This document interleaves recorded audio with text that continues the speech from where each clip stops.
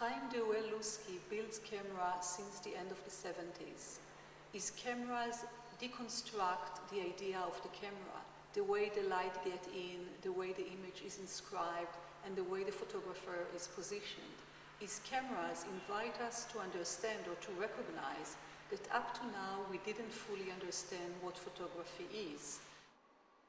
As an artist, I'm practicing a philosophical and conceptual approach to the history of photography.